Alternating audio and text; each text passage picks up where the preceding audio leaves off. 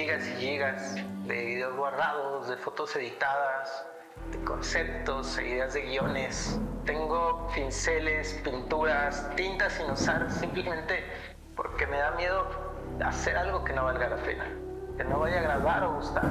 Incluso ahora mismo no dejo de preguntarme si este video o el que sigue podría o no agradar. Y sé perfectamente que este no es el origen de todo bloqueo y no te estoy ofreciendo esto como una solución. Pero a mí me ha servido como inspiración y herramienta para enfrentarme a él. Uno no puede encontrar significado, un estilo propio o incluso libertad creativa si solo intenta imitar y agradar a los demás. Necesitamos ver dentro nuestro, confrontar eso que nos da miedo o que nos aterra. No solo me refiero al arte y la creatividad. Necesitamos ser vulnerables, aceptar la realidad. Y es que no somos perfectos. Tenemos diferencias.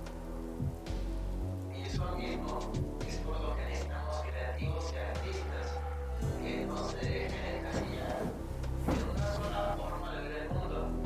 Que la curiosidad sea lo que los mueva.